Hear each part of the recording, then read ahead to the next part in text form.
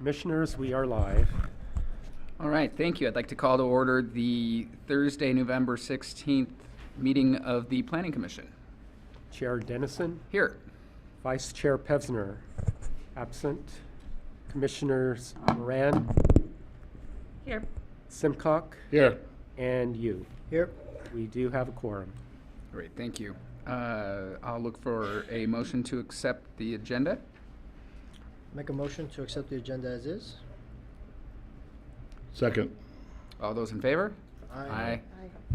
Motion carries unanimously. Next up is approval of the minutes of the November 2nd, 2023 Planning Commission meeting. Does anybody have any edits that they'd like to present for that? Do not. No. Hearing none, I would call for a motion for the minutes to be.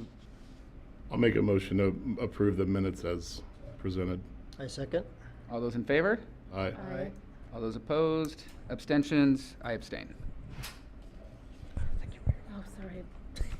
Thank you. All right. We do not have a report from our council liaison, so at this time, we'll move forward with community input. At this time, any person may address the Planning Commission concerning an item that is not on the agenda. The Commission welcomes your attendance and participation. When addressing the Commission, please begin by providing your name and address for the record. Please keep comments to no more than 3 minutes to assure an orderly and timely meeting.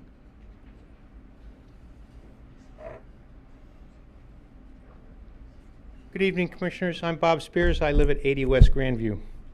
And I'm here as a citizen of Sierra Madre and a former commissioner to express gratitude to Vincent Gonzalez for all he's done for our little town.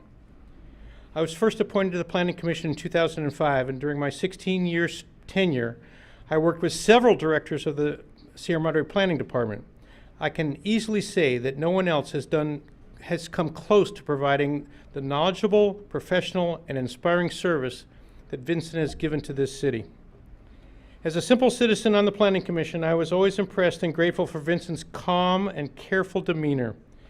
Making decisions about other people's property rights can be fraught with emotions. While some others are prone to hyperbole, exaggeration, and sometimes hysteria, Vincent was always calm and very much in control. I was also grateful for Vincent's experience. While Sierra Madre's issues are sometimes a tempest in a teapot, for Vincent, they were nothing compared to the time he needed protection by the California Highway Patrol. Whatever the issue, I felt he has seen it all before and knew the outcome long before anyone else. I was always grateful for Vincent's command of the different processes and procedures. He knew what was needed. He knew what needed to happen for all the compliance issues that were in order. He protected Sierra Madre from lawsuits by knowing how to follow the law.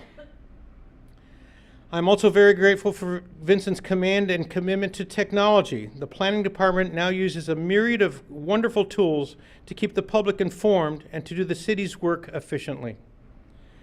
Most importantly, I'm grateful for Vincent's excellent personal skills. He is always firm, fair, and friendly with everyone. He can connect with people and calmly explain the nuances of the law. He listens carefully and is never flippant or arbitrary. And if you listen carefully, he has an excellent sense of humor. The city of Sierra Madre has been incredibly lucky to have Vincent's guiding hand leading it from a rocky past to a bright future. He is truly leaving the town in a much better state than when he found it, and we are all very grateful. Thank you very much, Vincent. Thank you, former Commissioner Spears.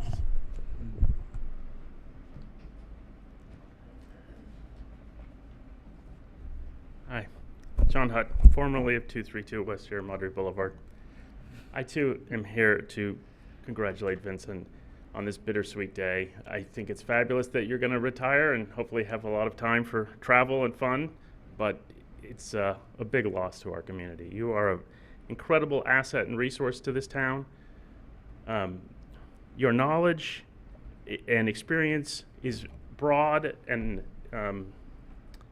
really helped a town such as ours who can't afford experts in every different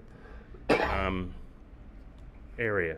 So planning, historic preservation, keen sense of design and aesthetics, you know, it was a whole department in one. And really saved the town. I think if y'all remember when Vincent first came on, there was a lot of consternation in town, political infighting. Well, maybe that doesn't differentiate that time from other times, but when I heard that Vincent was hired, I breathed a sigh of relief because I'd worked with him in other communities and I knew the kind of person he was, not just knowledgeable, but also, as Bob said, has a great sense of integrity, fair play, treated property owners and residents fairly, and also had a great ability to weather political storms, which we love to do, which is almost a blood sport for us. So it's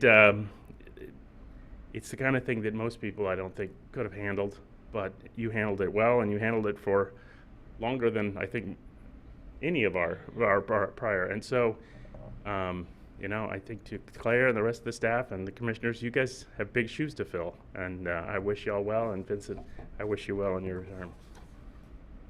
Thank you, former Commissioner Hutt. Thank you, gentlemen. Are there any other public comments at this time? All right.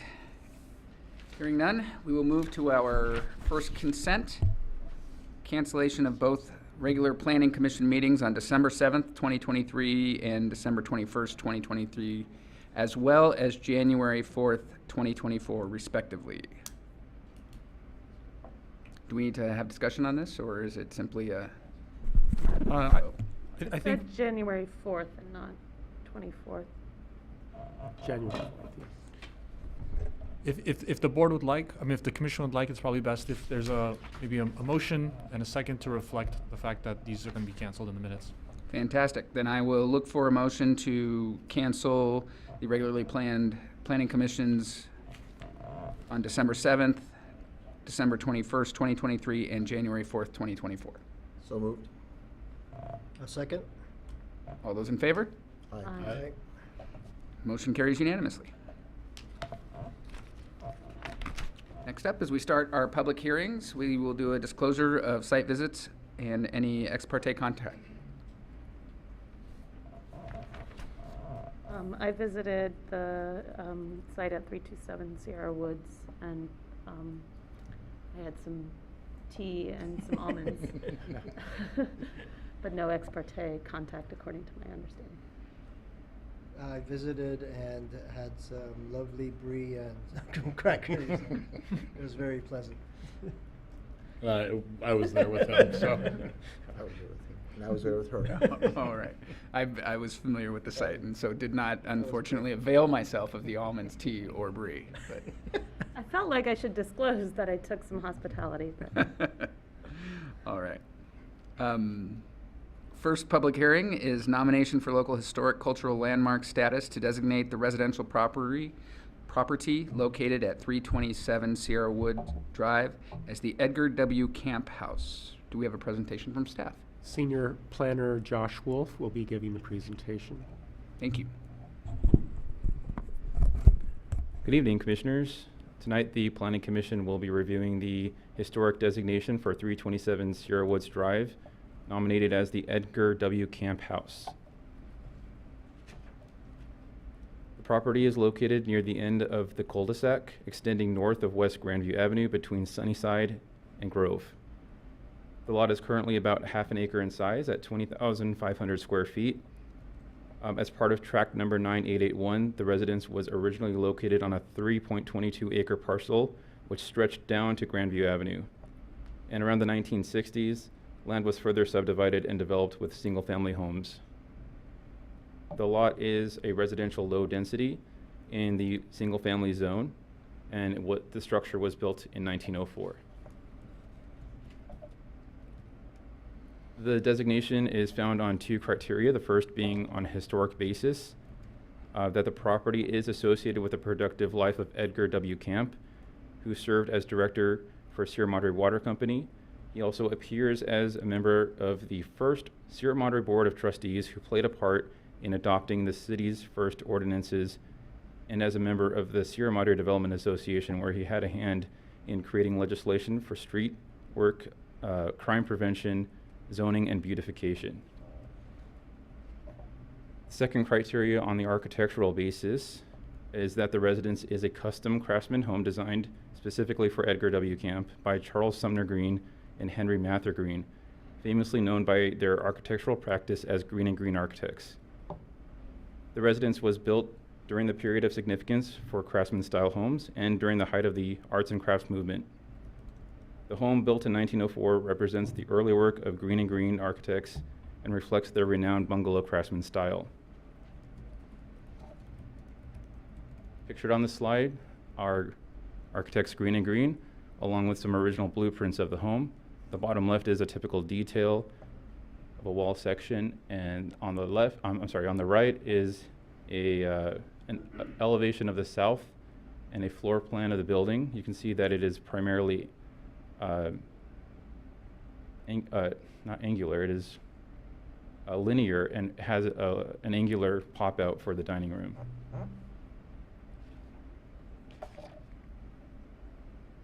The character defining features of the home include the Japanese style wood rafters below eaves, rectangular bay window on the south facade, French doors, multi-light entry doors, pressure treated shake roof, triangular and rectangular attic vents, the stone chimney, exposed beams, and wide eave overhangs. The photos shown on screen tonight are provided and sourced by the California Regional Multiple Listings Service. This is an overhead view of the property facing west. The roof is clad in the pressure-treated shakes, a sort of rubberized plastic material which is able to be textured to match the old wooden shingles that are no longer legal to install due to material being unsafe fire hazard. This re-roof, the most recent re-roof, was done in 2015. Pictured above and to the right is a service entrance leading into the kitchen and former maid's quarters. At center is the kitchen with a breakfast nook projection, in addition to the building done at a date unknown.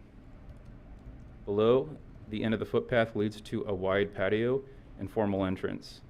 On center is the dining room. The massing here is angled relative to the rest of the floor plan, adding a level of interest from the public's view. Pictured above here on the slide is the north side of the building. At left is the former maid's quarters, and moving right is an office. At right in the foreground is the patio trellis covered in wisteria vine. Behind it is a wide living room and a two-story portion of the residence. Below, the rear portion of the residence, highlighting the two-story portion. Within that is the non-original cantina and several bedrooms, one currently being used as a guest office. At left is the rear end of the patio trellis with stone cooking island covered in vegetation, indicating that it hasn't been in operation for some time. At center in the foreground is a beautiful Brazilian pepper tree, creating a focal point with its dramatic twisting branches. At right, and although it would appear that there are trees married with the building, it has been structurally retrofitted and analyzed by an engineer determining that the building is not compromised by the trees. The two-story portion is an addition also designed by Green and Green and demonstrates respect to nature as demonstrated by the cutouts in the roof eaves accommodating the canopies and branches of the trees.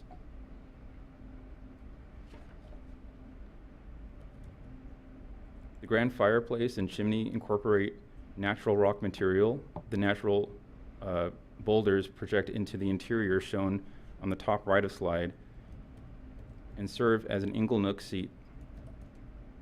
Over the years, the floor of the hearth was updated with a refined brick hearth that allowed for a then modern wood floor finish.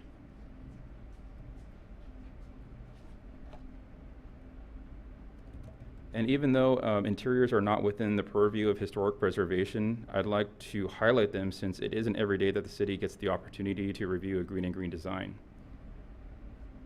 So the architects are well known for their detailed craftsmanship as shown in the woodwork joinery seen in the finger joint and peg detailing.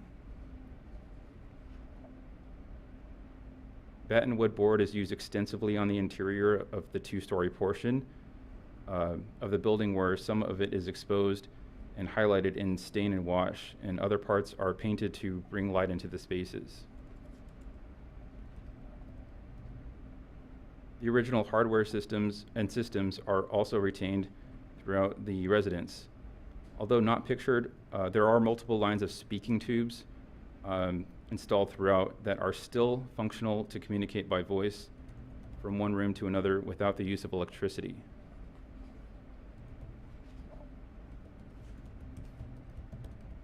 Tonight, the alternatives before the Planning Commission are to adopt Planning Commission Resolution 23-19 as presented, which recommends that the City Council approve the request to designate the property as a historic landmark. Planning Commission may approve that resolution with modifications, or recommend the City Council deny the request, or continue the public hearing providing direction to staff and the applicant. Staff is recommending that the Planning Commission approve the resolution as presented.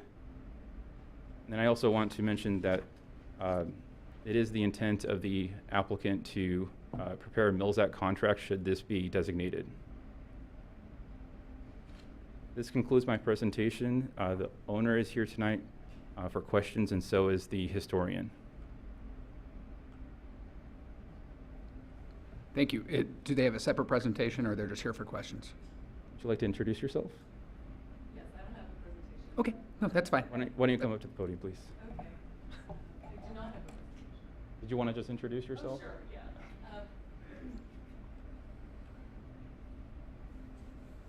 Hello, my name is Yuni Chang. I am the applicant and owner of 327 Sierra Woods Drive. I'm available for questions, as is Marie Campbell. I just am going to say that this home is my dream home. It's a beautiful house. I feel very fortunate to live here. And it is my intention to maintain the historical significance and the historical integrity of the home. And I plan to live here for a very, very long time until I'm a very old lady. But like I said, I am available for questions, and I'll be sitting right here. Is there anything else? Thank you. Okay. Are there any questions of the applicant? Nope. All right, great. Then at this time, we will take public comment. Anybody who wants to public commently on the nomination of landmark status for this property?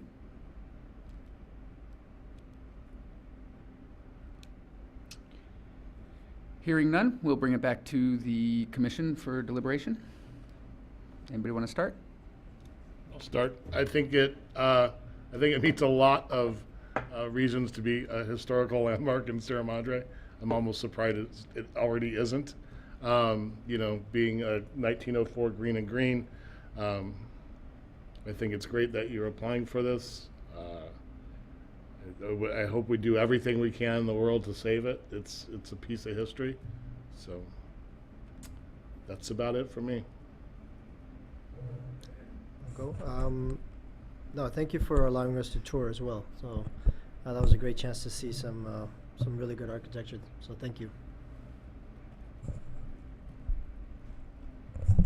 I don't know if I have much more to add, but it was a delight to tour, and feels like our own little Sierra Madre gamble house. So. Yeah, I think the fact that there's nobody making a comment one way or the other, it would be nice if people supported it, but I think silence, you know, just reinforces the fact that this house is wonderfully preserved. Even the prior owner did, like the roof and a bunch of other things, and if you really saw it up close, you realize what a gem it is, and that, you know, I'm glad you're making it historical because it's in great shape and it'll probably be here longer than the rest of us. Yeah, I agree. There's no challenge making the findings for this particular location. So if somebody would make a nomination? Make a motion to approve the historical cultural landmark status for the Edgar W. Camp House at 327 Sierra Woods Drive. Seconded. All those in favor? Aye. Aye. Motion carries unanimously. Thank you. Thank you. All right, next up, we are continuing our discussion of the annual review of conditional use permit 22-03 for private rental events and filming at the Villa del Soldoro, located at the Alverno Heights Academy campus, addressed at 200 North Michelinda Avenue. Would staff like to make a presentation? So I just wanted to make a brief comment and outline what the intent of this meeting is today. It's, as you mentioned, it's a continuing discussion item from our October 19th, 2023 meeting. And what we wanted to do was share with the Commission a couple of amendments, proposed amendments to the conditions of approval for Commission's purview at a later time. What we wanted to do is go through those edits, both from our city attorney's staff as well as Alverno Heights Academy representatives, and then schedule it for public hearing. So hopefully we don't have a public hearing that's going to go on too long as we had in the past. So why don't we go ahead and queue up those, he's doing that now. Conditions of approval. Perfect, and I understand that the applicant had asked to postpone this again, but one of the applicants was kind enough to show up so that we could Yes. keep the conversation going. Right, so we do have Thank you. the Board of Trustees, Ken Farfseen, President of the Board of Trustees, with Alverno Heights Academy present. And of course, he will have to confer. I really won't be able to answer any specific questions without having the head of school, Joanne, present this evening. Okay, great. But we can go ahead and go through this. So why don't we go through the section 2, time of use, once we get that queued up.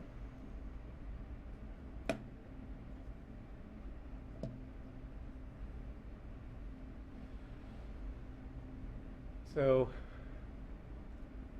you can see there's some edits, but there's not that many substantive edits, so I'm going to go through and quickly read through these.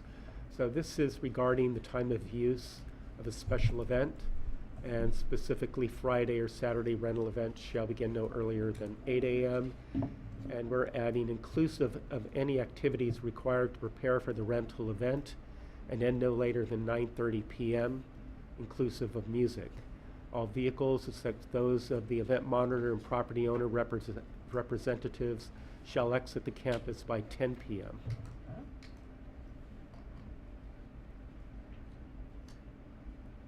Yeah, and this does a good job of clarifying, because there was some confusion, it seemed, as to what the final cutoff times were. Right. And this sets it up such that 9:30, the event is over, then people can leave, and the cleanup in the scullery can happen, and the people will be able to leave. And then at 10 o'clock, it's Closed. taillights, as was originally discussed. Correct. The next comment, 3.0, noise, regarding live bands. So no live bands shall be allowed, with the exception of instrumentalists playing stringed instruments, which shall perform without amplification devices, is the new phrase. 3.2 was edited down to microphones may be used only during the presentation of wedding vows, toasts, and pre-recorded processional and recessional music. 3.3, this was an edit by, a suggested edit by Ken Farfseen of Alverno Heights Academy. No use of, instead of microphones, no use of amplification outside, except that amplification may be used for the presentation of wedding vows, toasts, processional music, and recessional music, not to exceed 10 minutes in length. There was some discussion with the applicant regarding what the 10 minutes in length applied to, because the way the sentence is written, it kind of sounds like it applies to wedding vows, toast, processional music. We may move some of that language around to clarify that staff's intention was to have some kind of limit on just the processional music and recessional music, and not wedding toasts, vows. I believe the applicant had also mentioned sermons or prayers that happen during this portion of the event that may need to be amplified. So we weren't trying to limit the amount of time that sermons or prayers can be amplified, so that we may tweak this language a bit as well. Just for clarification, is the intent 10 minutes in length for processional and 10 minutes in length for for the recession, or combined? I was just curious, is it each section like 10 minutes before the ceremony, 10 minutes after the ceremony? So the 10 minutes in length is something we definitely want feedback from the commission on, because there are two issues with, we received this feedback from the commission based on discussions and such from the last time. And there are two issues with this condition. One issue is the one you pointed out. Is it going to be 10 minutes for what exactly? Right. Right. The other aspect of this is, how is it going to be enforced? Because conditions are only as good as their enforceability. And so to think through, if we are going to have a time limit, what that time limit will be, what it applies to, how it'll be enforced. So a discussion for the commission to have during the discussion portion.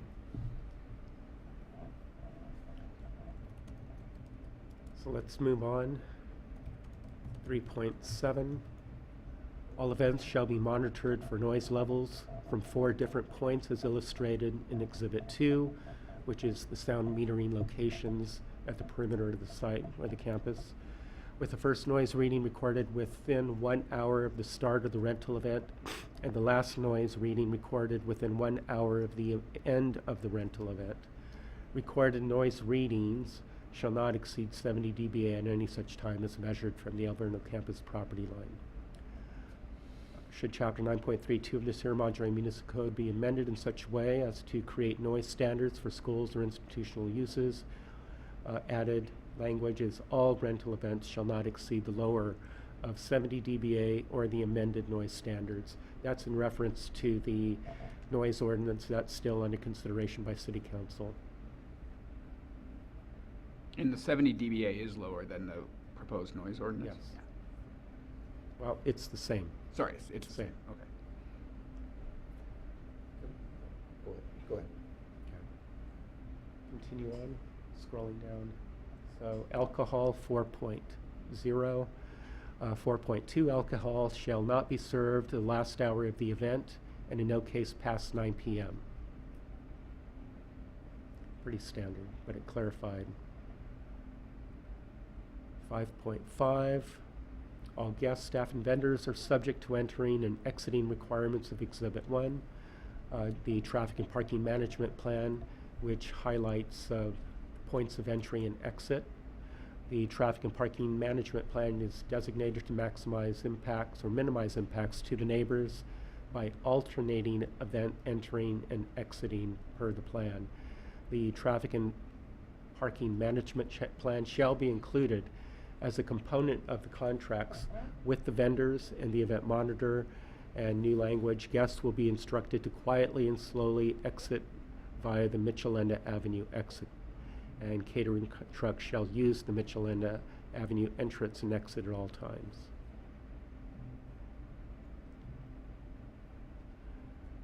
.6, the applicant and property owner shall install signs placed in conspicuous on-site locations near entrances and exits to the villa, near vehicular entrances and exits, and adjacent to the Alverno Heights Academy parking lots, including event guests.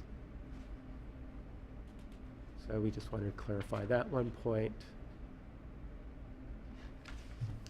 So if you go back up a little bit, 8.0 is on-site event monitor. So 8.4 has been redrafted. The event monitor report shall be sent to the property owner and city manager.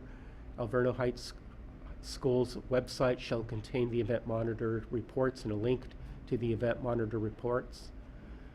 So currently what's happening is if you go to the Alverno Heights Academy webpage and you wanted to view those event monitor reports, there's a link directly to the city transparency portal under the city manager's office for Alverno. that highlights all the event monitor reports. And if you recall, the reports that we've had to date, I distributed just one hard copy that was more than 2.5 inches in thickness. So let's scroll on to the next.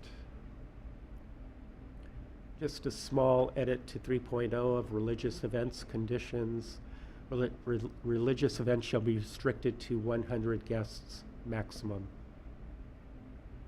And religious events only occur on Sundays.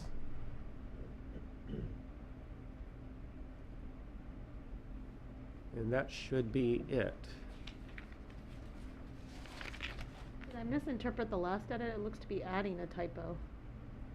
Yeah, I think Oh, it's it correct is. before, it should be plural, Yes. Oh, yeah. not business. I guess deemed the maximum, I guess. So we can revert that Yeah. or reject that. I'm sure I have better comments than that, but I just wanted to check. That's a good one. I missed. That missed All right, so how best to proceed? Should we take public comment and then deliberate or work with the applicant? What do you recommend? I would suggest that, I know the applicant, as the city attorney, wanted to address some of these issues that they still may have some concerns with. Instead of going through and interjecting in between, I wanted to go through all of them, and now we can go back and address some of the concerns or seeking advice from the commission. You want to come up, Ken?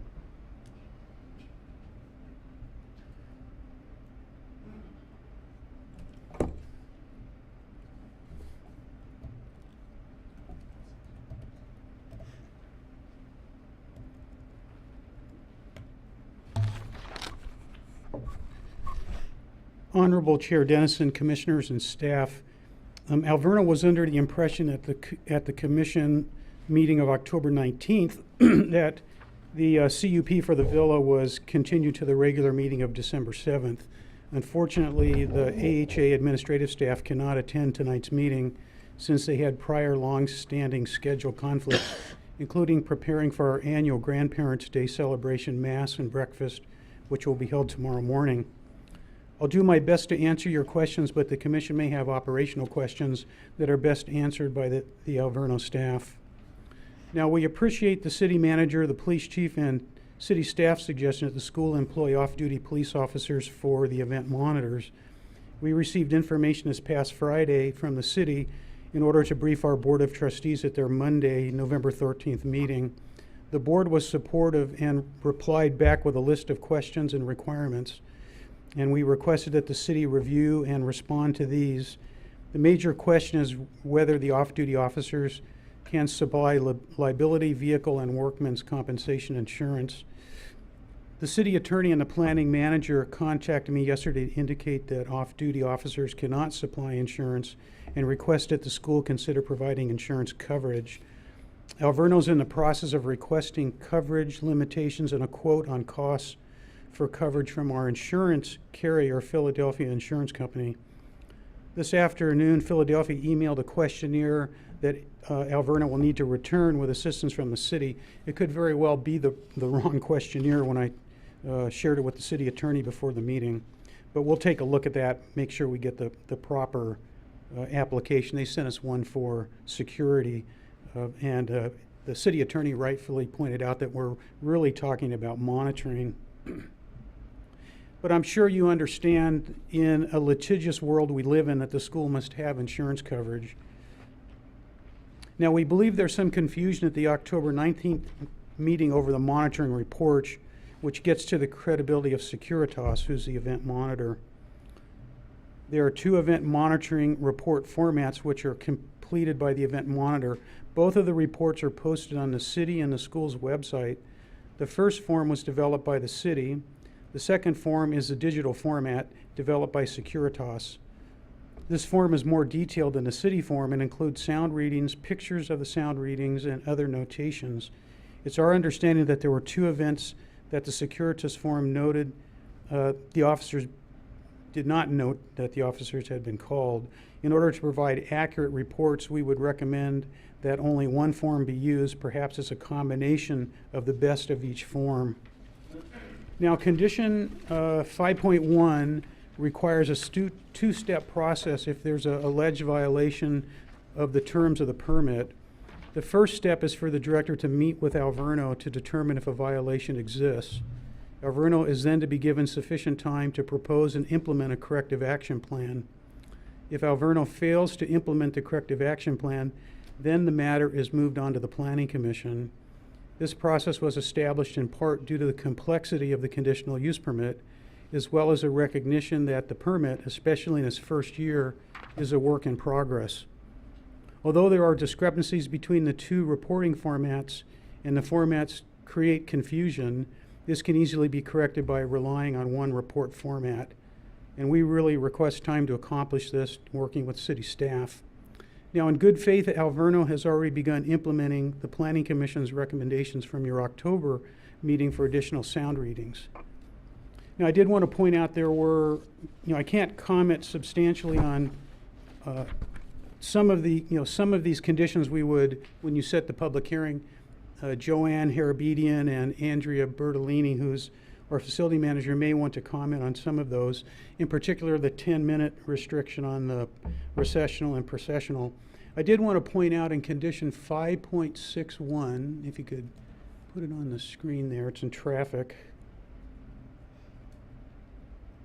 We had pointed out that there is a typo. It should be quietly and slowly exit via the Michelinda exit.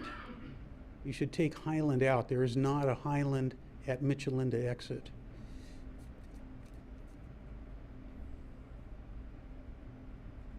So that concludes my comments. I'm happy to answer questions. Chair, may I ask a clarifying question? Please. So, if you don't mind just clarifying, so we know, so the commission knows what kind of timeline they're dealing with. Does Alverno have any events planned, special events planned at the villa between now and any time in January? No, there's nothing till March.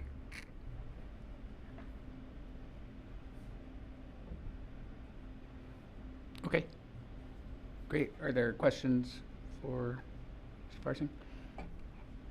Was that the same as last year? I mean, well, there was a public comment about a bunch of unknown events that were going on before March. Is that the same schedule? Does that just happen to be 2024? I'm not sure what the reference is to in 2023. I mean, all I can say is we don't have any events planned for 2024 until March. There are no additional weddings or. Okay. I did really quick. But the filming events happen rather quickly, right? So the fact that there's no of the celebration type events that are happening before March. I mean, there's been no filming, obviously, in part because of the strikes between the writers and all the guilds. So filming may pick up, toward the beginning of next year, maybe the first quarter. We don't know. Yeah, fair. Thank you. I did have I don't know if it's more of a statement than a question, but as far during the last meeting, we had the event that was just like 3 days before. It was just that Saturday. I think it was October 14th event. Yes. And I know we were talking. There was a couple discrepancies, I think. So I went today to the site to find it, and I just wanted to make a note that for some reason there's 2 events subsequent to the October 14th event on the if I go through the Alverno link to the city website, where there's the document that I wanted to look at for that event. Yeah. But that event is missing. Yes, So we've added that today. Okay, sorry. I looked too early today. But, okay, great, thank you. All right, thank you very much. Sure. So public comment and then deliberate. Yeah, okay.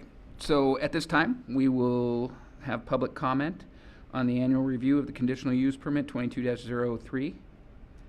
Would anybody like to come forth and make comments about this CUP?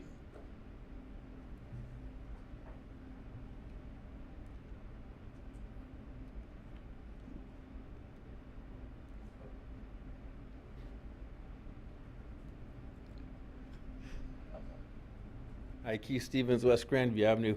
We were just looking at the calendar, and there's a wedding, a legacy wedding at Alverno this weekend.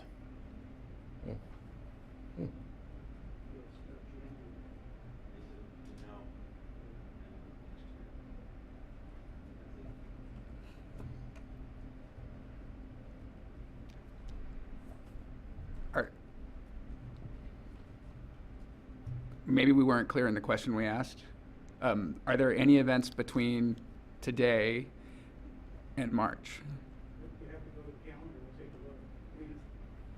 I'm not the administrative staff. No, that's fine. We can take a look at the calendar. We've just been told by you and your team that the calendar can't be updated on a timely fashion. So we're just trying to understand what, if we continue this, how much time we have to be able to affect events. So that was the nature of that question. So. There is one November 18th Okay. wedding. All right. Well, hopefully we'll be able to get this for our. I'm sorry. Is there any other public comment? All right. We'll bring this back to the commission for deliberation.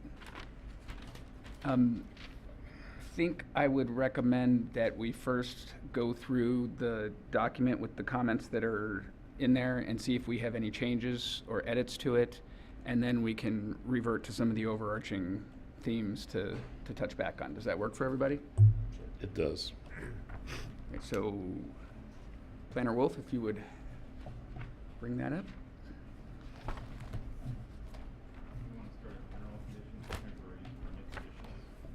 Right. Probably I think the first edit is for times or sound, right?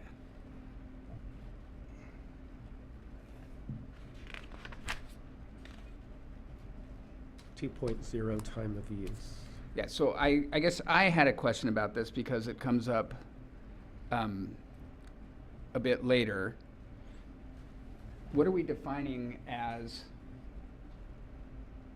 the time of the event? I ask because it's created as a discrepancy from what time we're saying no more alcohol is allowed.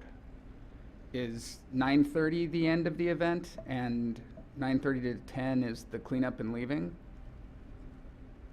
So 10 p.m. we have as gates close. So that's why we put in 9 p.m. as serve no alcohol no later than 9 p.m. Then, So- okay. Right. That was the reasoning, but So the end of the lease period rather than the end of the event? Because I think it says the event ends at 9:30, right? the event ends at 9:30. Guests have to be out by 10 p.m. And that's guests have to be out by 9 p.m. Certain staff can remain. Yeah. Right, right. I'm just trying to get alignment, because if we're saying an hour before, then technically alcohol would have to be stop serve at 8:30, not 9:30. Yeah, that was my initial interpretation as well, and then I was like, well, why did they say 9? So I feel like we could phrase it, an hour before gates close, or an hour before the end of the event, at 8:30, or at 9:30. Or just specify the exact time, given that we've specified the times in 2.2. Well, I think my concern on that would be if something ends earlier, right? Because it could be an afternoon It could end event. at 2 p.m. I like the idea of a Yeah, time an period hour. of no alcohol before people So start maybe we leaving. should specify it as gates close. Yeah, An yeah. hour before gates close? Is that, Or exiting the campus. It's later on. We'll get to it. Yeah, but so what we're saying is the rental event ends at 10 p.m., but that is allowing 30-minute grace period from when the event itself needs to stop, so that we don't run into people waiting for Ubers or whatever after that time stop of 10 o'clock. Okay. Are we all in agreement on that? yes. Okay, so noise. Hmm.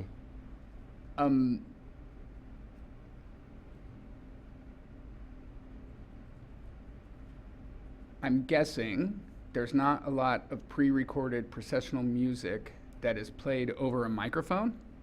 And it seems like we're conflating a couple of different sections there.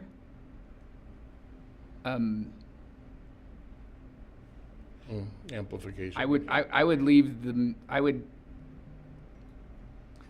Actually, in discussion with the applicant, the recommendation was, it's not reflected here, because it just happened maybe 2 days ago, but we were going to recommend striking all of 3.2, because it's superfluous, given that 3.3 talks a lot about the wedding vows and toasts that we were really getting at.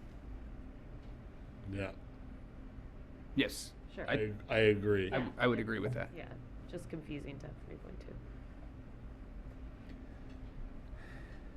And then the no use of amplification outside, I think we do need to specify, It's very, I feel like we've left a very large window here where it could be 10 minutes of music before as part of the processional, and then 10 minutes of amplified wedding vows, and then 10 minutes of recessional music. So we've suddenly turned into half an hour of outdoor amplification, Well, which he I was don't saying- think was the intent.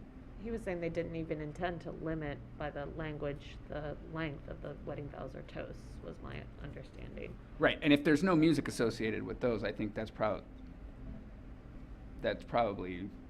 not going to give us as much heartburn. are toasts outside here commonly? Aren't they part of like dinner? I don't think Outside. anything regulates whether they eat inside or outside, right? Oh, they can eat outside, that's right. So I think really the music's the only thing that I think we would want to make sure that we limit. I just have one addition because of the comments we got about the subwoofers and this low bass tones. I didn't get to go by Alverno and experience it, but I did have one anecdotal experience.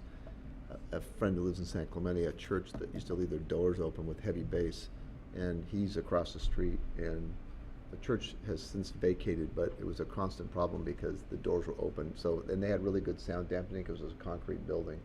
So, but you could feel the bass from across the street, whether the sound was annoyingly loud. And I don't know that there was, and they had decibel monitors. Anyway, the church left because of, they just weren't making it, and Calvary Chapel moved in there, and they completely mitigated that. It was basically, some of these churches have, like rock bands with a lot of amplification. So Calvary's approach was different. They didn't have quite the substantial, music presentation. But I just remember being there one day, and the bass was significant.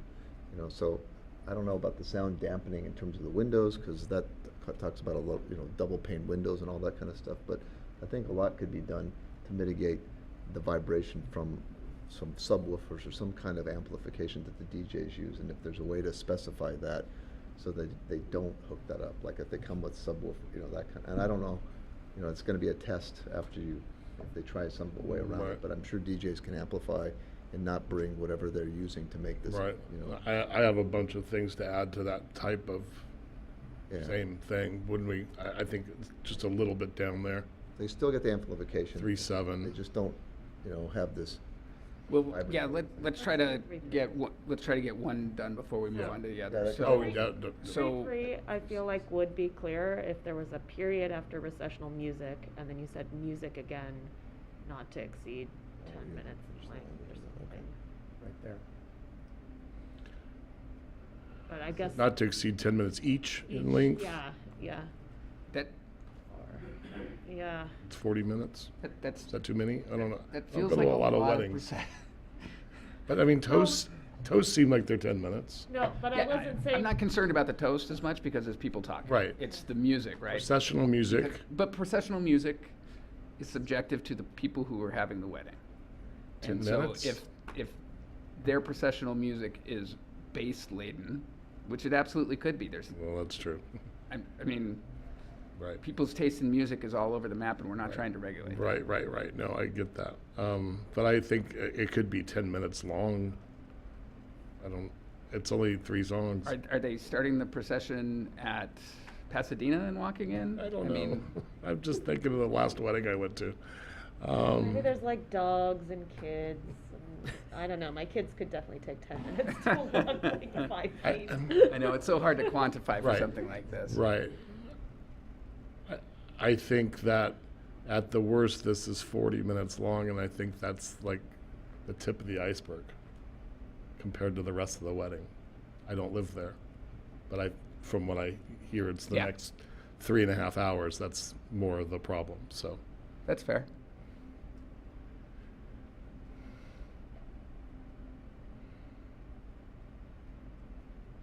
Why don't we see what the applicant wants to come back on this?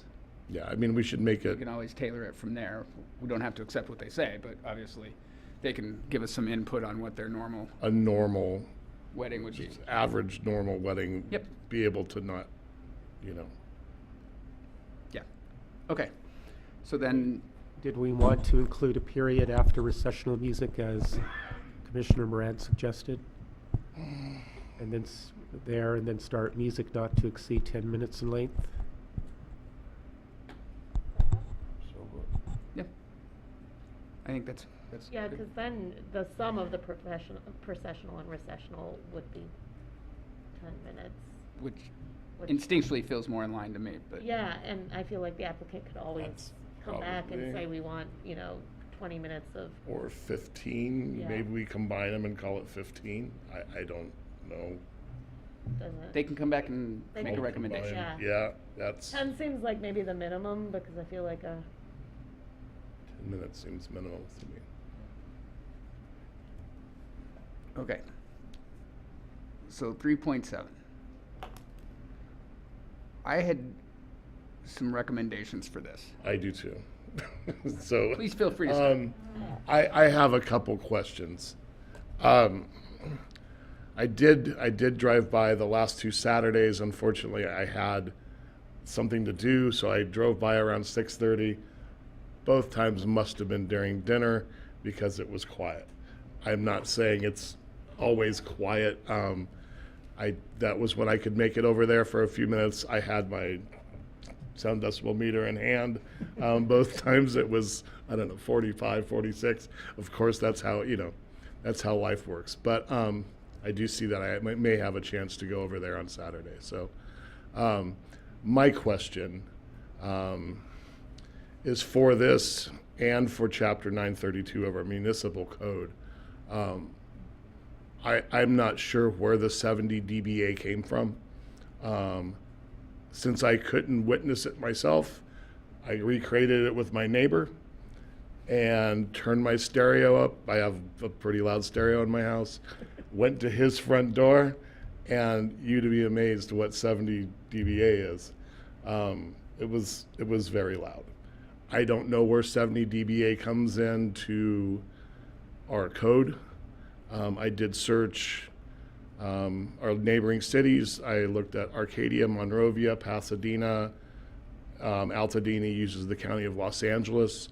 Residential daytime in all those cities, again, it's for what I read was that it was between 50 and 55 decibels was the limit. So I'm just curious where 70 came from. They did have some. We have that in 932. We have the exemption for basically all sound to be. Well, I think they're changing it from the 80 at 25 feet to 70.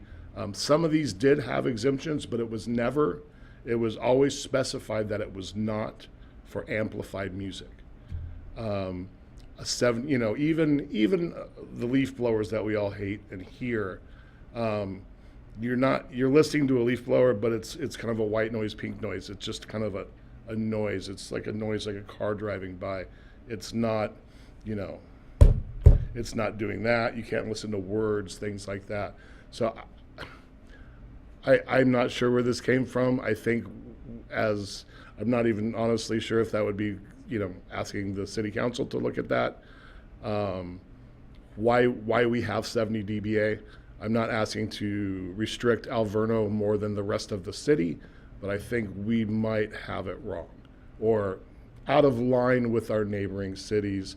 Because I think, of all the cities I spoke of, Sierra Madre seems to be one of the smaller, quieter towns on that list.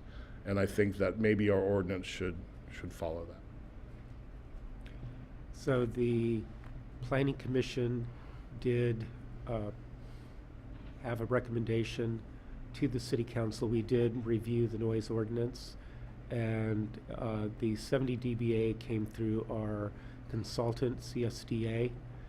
They're acoustical consultants, and they did analyze various cities, and they thought this would be a reasonable sound variant to apply to Sierra Madre.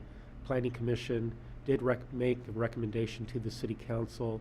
The City Council held a discussion item and tabled it specific to gardening equipment until the Natural Resources Commission had the opportunity to review their ordinance, because they were also going to make some suggestions.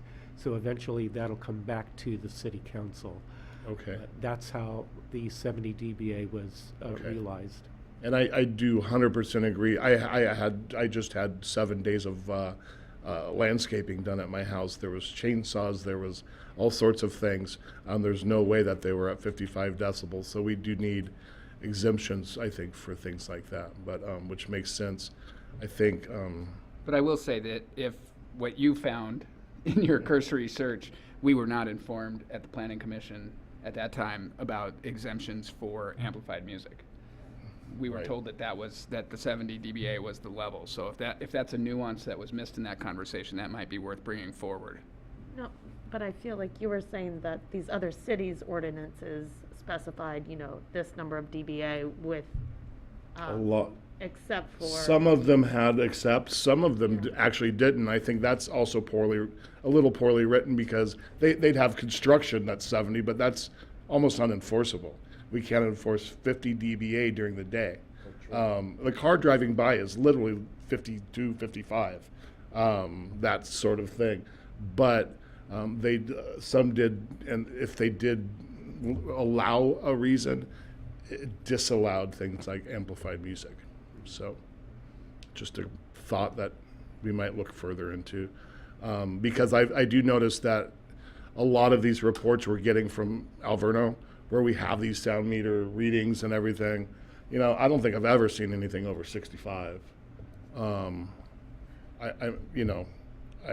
have never taken I have never personally gone up there to see if I could take a reading with at the slow recording dBA. But as I mentioned, I did it at my house, and it was if my neighbor was doing that every day, I'd have a problem. And Commissioner Simcock, I'm looking yeah. at the current code, not the Yeah. one that's being proposed, but the current code says daytime exceptions, period, any noise source which does not produce a noise level exceeding 80. Right, dBA from at a 25 distance of feet. 25 feet, yeah. Right. I brought that up last time, and I think it was mentioned that City Council was in the process of going to the wording that is in this CUP, which was the 70 from the street, which I think that's a fair, doing it at the street or at a neighboring property even. And I don't think there's gonna be much difference across that little street when we're already coming 150 feet. But, yeah, to the public. I think do think that's a better idea than 25 feet, so.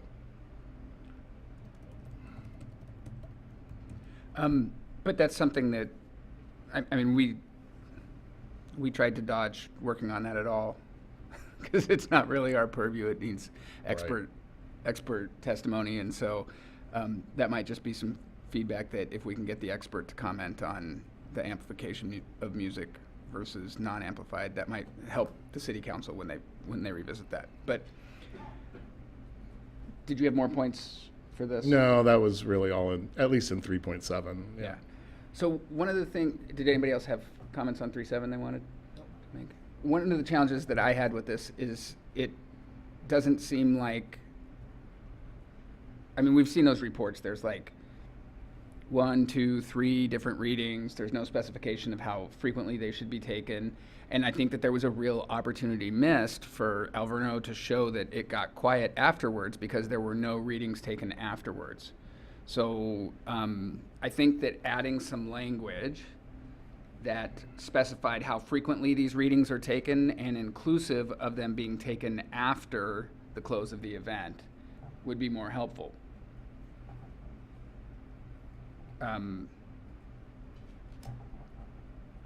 So like I think that inserting after Exhibit 2 on section 3.7,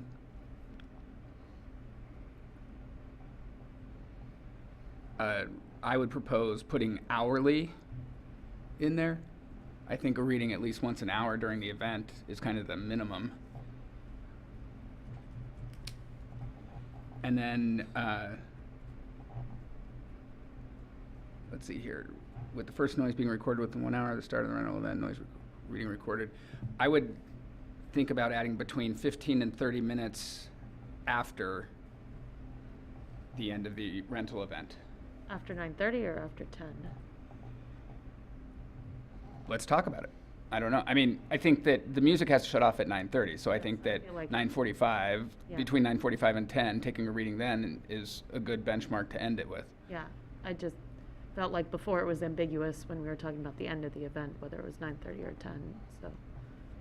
Chair, can I address staff's concern with the hourly requirement? Yep. Staff's concern was this event monitor that's going to go at that is going to be on premises at the site.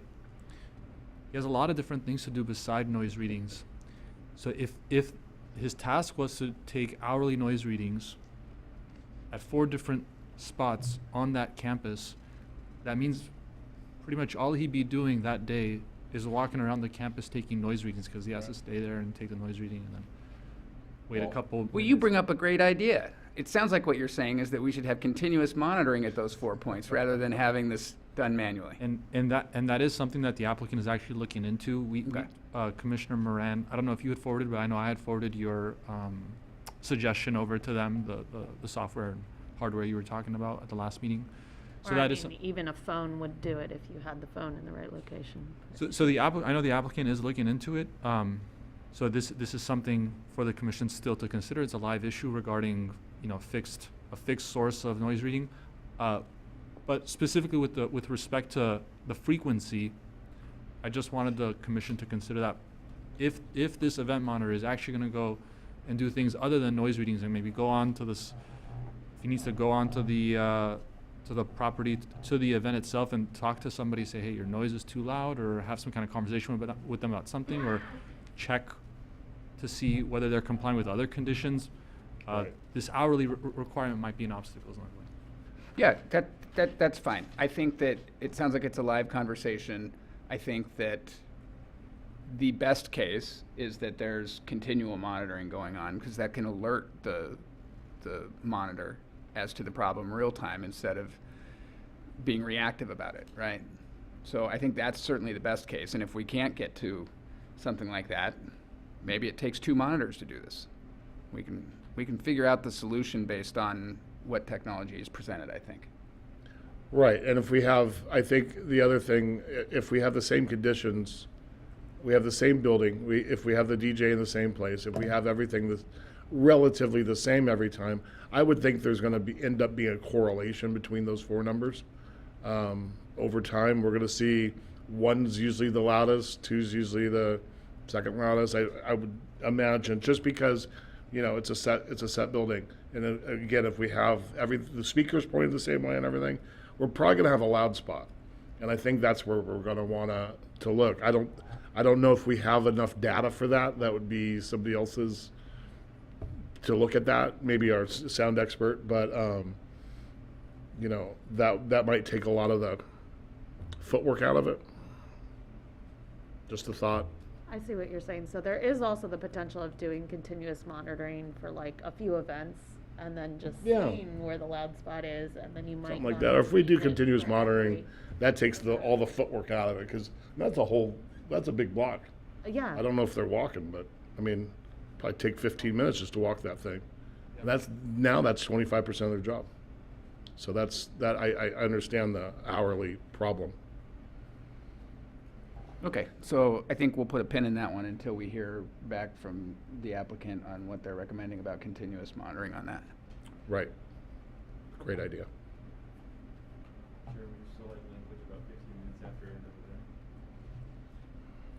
I think that all that is subject to what we hear back from, I don't think we need to change it right now until we hear back from the applicant on how they propose to modify that. So do we want to take out the hourly for now and wait, or leave it in? I don't think it matters one way or the other. It's going to get changed based on what we hear from them.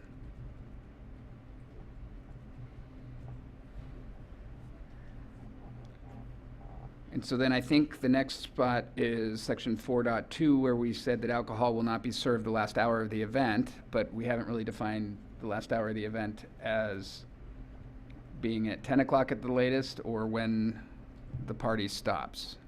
Because I think what we're trying to say is that the party stops at 9:30 and people start getting in their cars and leaving so that the parking lot is empty and nothing but tail lights with few exemptions by 10. And so if the party stops at 9:30, then the latest that people would be able to be served alcohol would be 8:30. We'd have to define event. We either have to define an event or, yes, that would be one way to do it, is to define event or determine or define party, right? Right. Do events that end earlier also have to have the music end 30 minutes before? Gates close is a Gates time. closed or anything? No. No, I don't think, and that's what I was trying to solve for, is that if you have an afternoon gathering, an afternoon wedding, and it's over at 5, I wouldn't want people drinking past 4, right? I want to give people some time before they have to leave. Right. So how about gates close? But gate close still wouldn't. It's still kind of in this. But if the event ends at 5, so and scullery then- can happen, they could stay there Till 9. until 9:30, cleaning up. 10 even, yeah. Right, the way this currently reads is for all events that end before 9:30, they have to stop drinking, they have to stop serving alcohol 1 hour before. For those events that end at 9:30, they have to stop serving alcohol half an hour before. So maybe I think 8:30 is the right number to put there. Yeah. Yeah, we could just put 8:30. Oh, wait. And that makes it consistent, I think. Because they're basically at 9:30, they say, okay, party's over, go get in your car. Okay. So in the afternoon events, it's not served in the last hour, and in the evening events, it's also not served in the last hour. Right. Everybody out at 9:30, so we want an hour. And then we don't have to define the event end. Right. Okay. I was thinking it was 9:30, everybody's leave the room, 10 o'clock, everybody's left. But Well, yeah, but in order to get everybody out by 10, right. the event has to wind down at 9:30. Right. So then we are, okay. Right. Am I thinking about that right? I think so. I was thinking the half an hour was fine, but maybe not.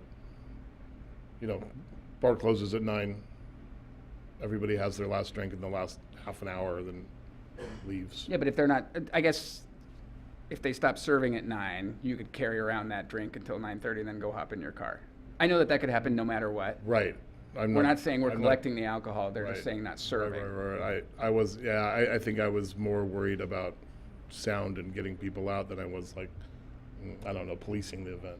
Yeah, but I mean, we could also say the last half hour of the event, and in no case past 9 p.m. So I think we can decide if it's an hour before the end of the event or a half an hour before the end of the event, as long as it's consistent here. For me, I don't mind either way. Maybe we get, I'm not an ABC licensed caterer with specialized training in the service of alcoholic beverages to prevent problems with inebriated guests. Maybe we could ask for direction from the applicant. Sure, or why don't we just say an hour, and if they have different advice, then we can. Okay, that. Yeah. yeah, that sounds good. So 8:30 is the time that we'll leave up there, and then they can give us other advice if they'd like. There we go. That's fine. I like it.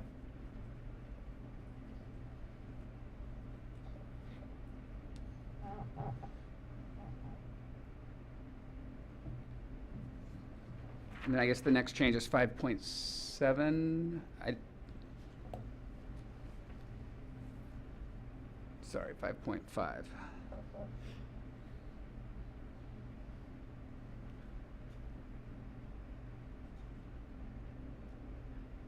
I didn't have any problems with that, or the edit to 5.6.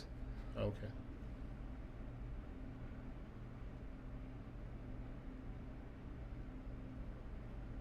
No. 5.6 is fine. Yep. No, it looks like there's no change to 5.7. Okay. Lights at 10:15. Or is that what we're keeping? The gates are locked.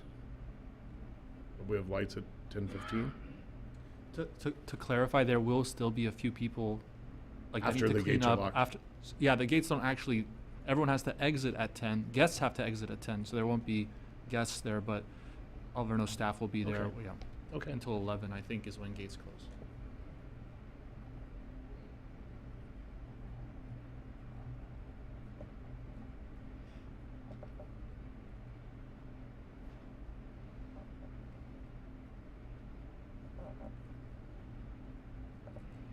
What's the difference between, actually, can you scroll up to 8.4?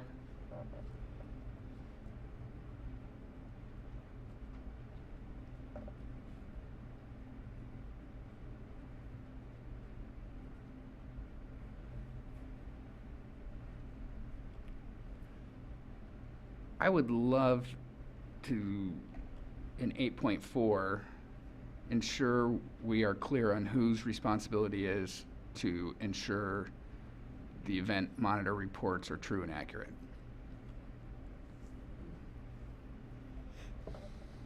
Is that language you could work on for us, Mr. City Attorney? Or give us some guidance as to who you think?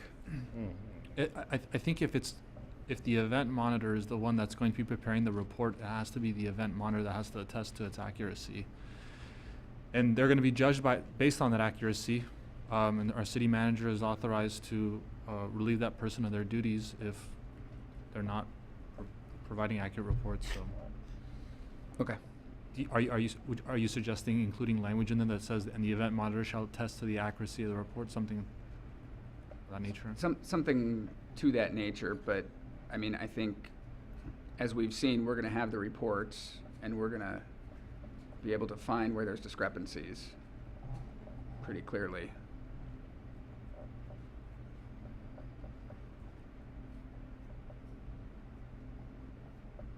Would you like us to include some kind of attestation in the reports themselves? I don't know what it changes.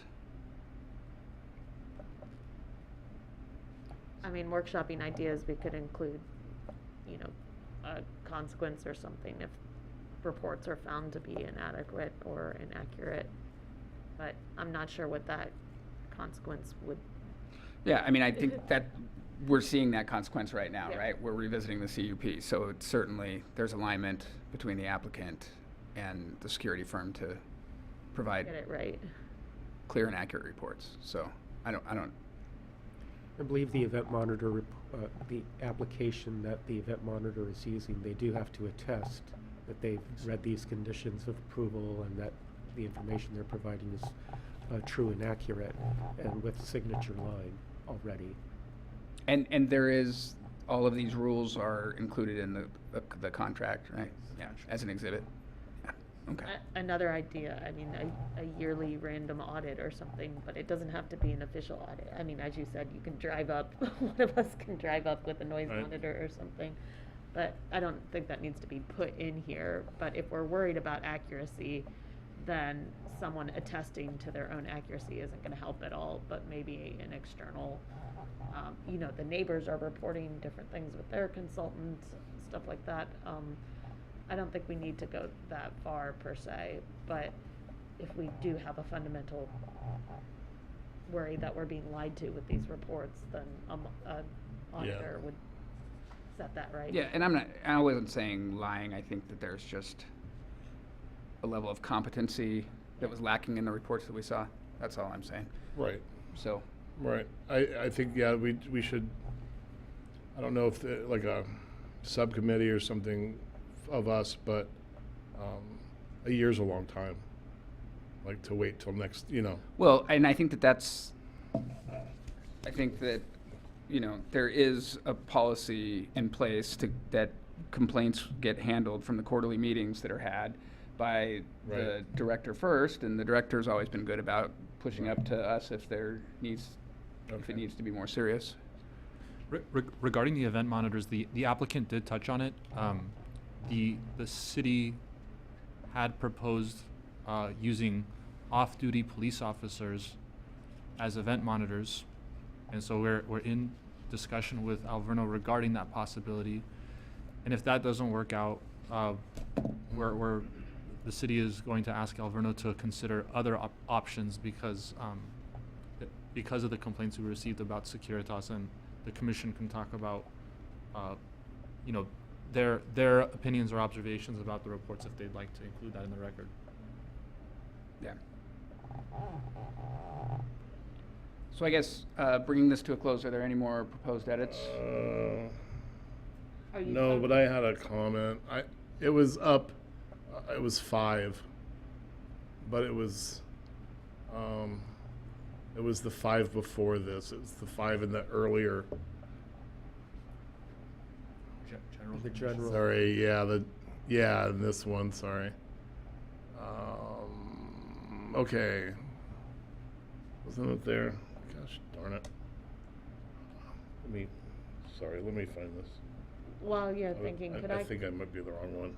Could I clarify, are we only talking about the existing edits that were proposed by the city, or any edits that we might propose in addition right now? I think we want to collect any edits that we might propose so that we can bring forth the closest CUP to final that we can. That makes sense. So in that case, I can go after you. I do have something if you have yours ready. I did find it. Sorry, it's in. That was something else. It's in 3.0. It's 3.6. It's noise. So then, sorry, the farther one down.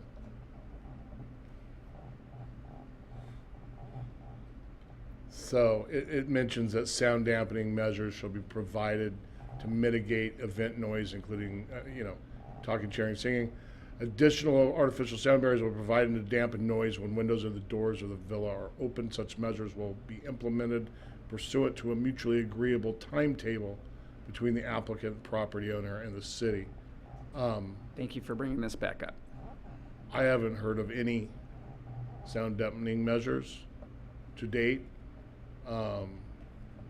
That's not really it's not very good timetable to me, since this is 13 months ago. Yep. Yeah, so I think we should, by July 1. Yeah, soon. July 1 of 24, that. At least start talking, like a discussion of, there's a discussion going on of possible sound monitoring full-time already. That's happening. This is a year before that, and it's not happening yet. I mean, at least, what are some measures? What are some sound barriers? What possibilities could we do?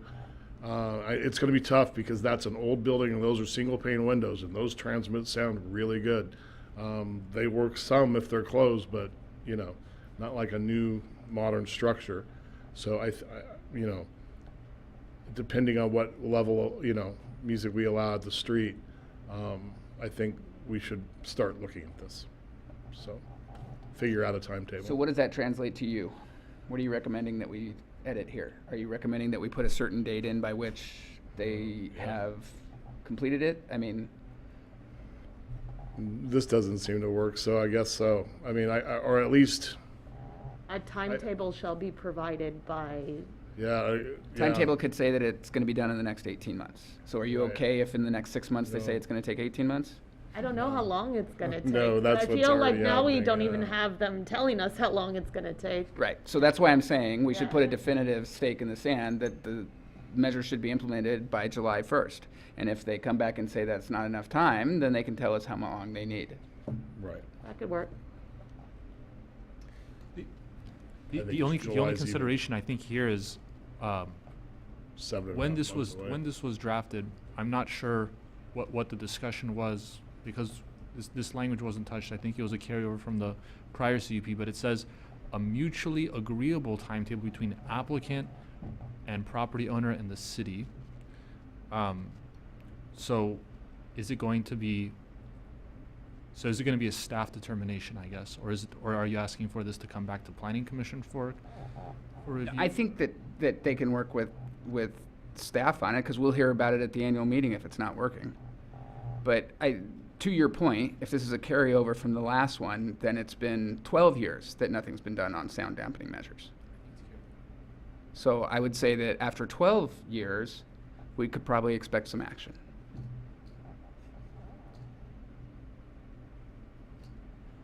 Yeah.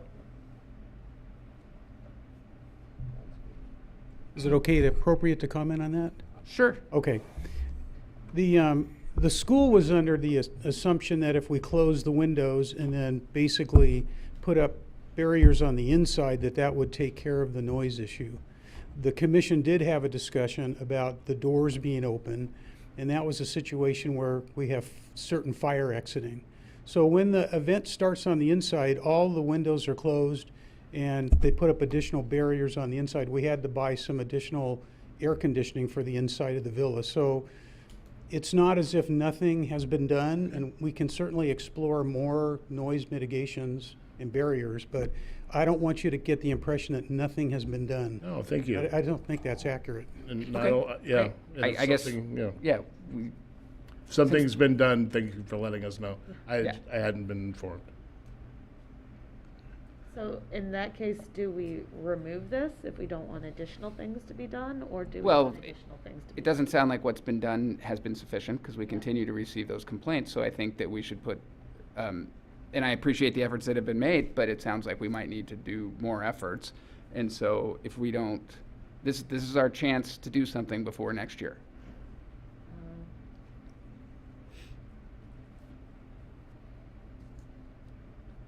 This comes up again in October. Let's hope we get this one passed before So the how next about one, before April? the next review meeting. Well, how about April then? That's halfway to the next meeting, or the next CUP. Okay. It's Yeah, absolutely. The applicant can come back and 4.5 months. request a variance from that. Request an extension or something. It's 4.5 months.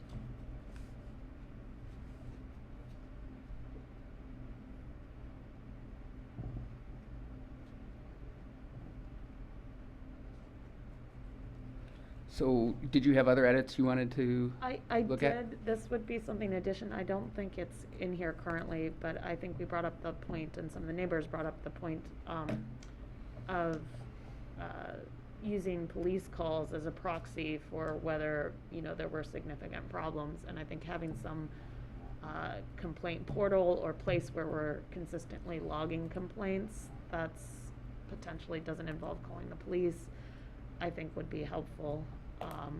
I'm not sure how that would be done, like a form on Alverna's site that goes to a spreadsheet or something. But it seems like if people can actually bring these up, and there are a lot of things that don't escalate to the police level, we might get better data on what's actually happening, especially people who may be uncomfortable calling the police for, non-safety issues. So I think that there is a phone number now that people can call, and when they call that number, that'll get recorded into the event monitor's reports. Is that right? Yes. So I just feel like if I'm like woken up I go to bed early. If I'm woken up at like 8 p.m. or something, I'm not gonna like be calling a phone number like somewhere where I can just from my phone be like, this is ridiculous, like it woke up my kids or something. younger people don't call phone numbers, I think. Not something that they do.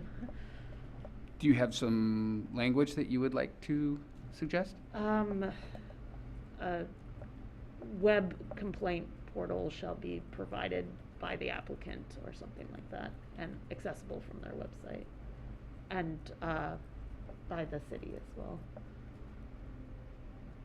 Input via their website and viewable by the city. Okay. I mean, I'm not a lawyer, but it could be like a Google form or something that the city has access to. I don't know about sharing all that with everybody. No, I mean, it would be the city that saw the complaints. Oh. So the form would be the input. People, say, here's my name, here's where I live, here's what sucks. The people who have access to the output of the form, it goes to a spreadsheet, would be, a couple people from the city. Well, but it becomes public record, right? So, and it needs to be for the transparency, otherwise we can't report on it. So those police calls are also public record, I guess? Yes, and Okay. that's how they got pulled Okay. and shared with us. Then I guess you would say at the top of the form, this is public record, and disclose it. Okay, so maybe staff can work on a possible alternative like that.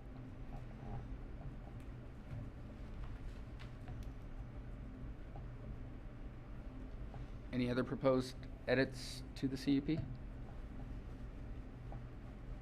No. All right, so of all of our alternatives, I think that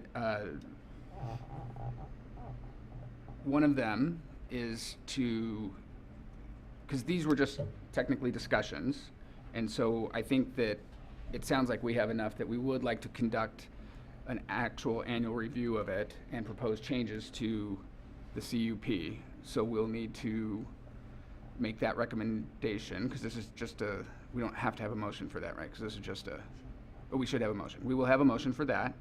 And then other things that are our alternatives currently are to have staff administratively amend the event monitor checklist, so that they would work with Alverno to see that the form is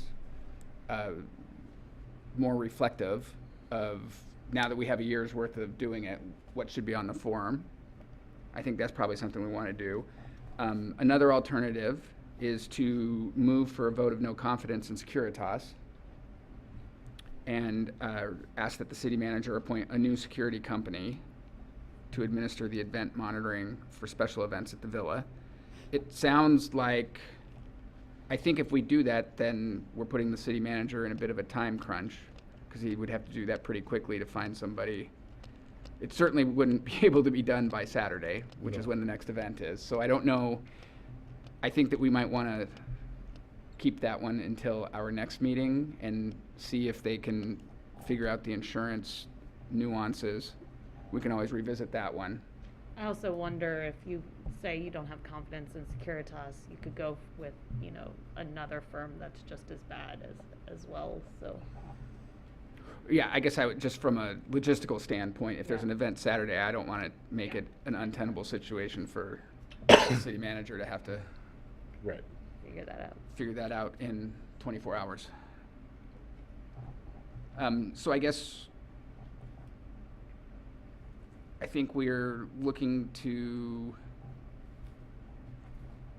make a motion to direct staff to schedule a public hearing to consider amendments to conditional use permit 22-03.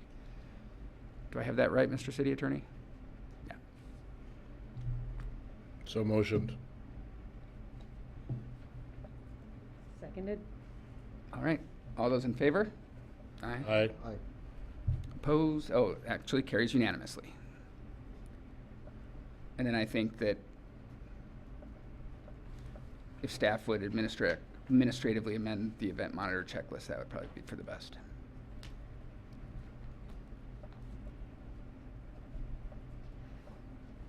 All right. Planning Commissioner reports. Does anybody have anything to report?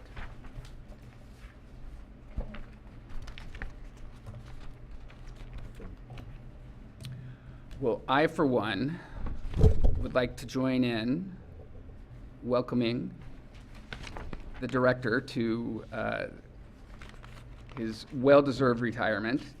As you may or may not know, he is a quiet man who, while he is always near the limelight of the Planning Commission or the City Council, favors the background and yet sits up at the dais with us. Don't mistake him for not paying attention to what's going on. He hears every single thing that gets said, both by the commission, the council, every single resident, every applicant, and is able to synthesize all that data into what is best for the city. I have personally sat here and seen him keep his calm and cool demeanor in situations where residents and applicants and other people were saying not so nice things directed directly at him in clearly as a defamation. And he stayed there calm and still looked for the best of the situation that would be good for Sierra Madre. And the city is so much better for it. You can call him at any time and he will get you the answers of why it is that the code is set up the way it is. He will give you the background on why it changed to where it is. He always has expertise in what the other cities local to us are doing and why they're doing it that way, and has just been a fount of knowledge. When I first joined the commission, I was so green. As we all come to the commission, it takes a good year before you really understand what you're doing, and he answered so many silly questions that just must have been just at his fingertips. The knowledge was so basic, and yet he never made you feel like you were asking a silly question. So I personally thank you, and on behalf of all the citizens of this town, we all owe you a debt of gratitude. Thank you very much. Thank you very much. Best Thank of luck you. in your retirement. Thank you. Planning and Community Preservation Report. So we canceled a few meetings, so certainly Alverno shall be coming back to the commission under new management in early next quarter, probably maybe February is my guess. We need time to notice the community and also impart some fee to be able to pay for noticing and also production of the staff report moving forward. Next meeting scheduled is probably January 18th. We're looking at a legislative session update from our city attorney and any other items that might come up at that point. Great, thank you very much. Any other comments for the good of the organization? All right, then I will adjourn this meeting. Okay, thank you very much.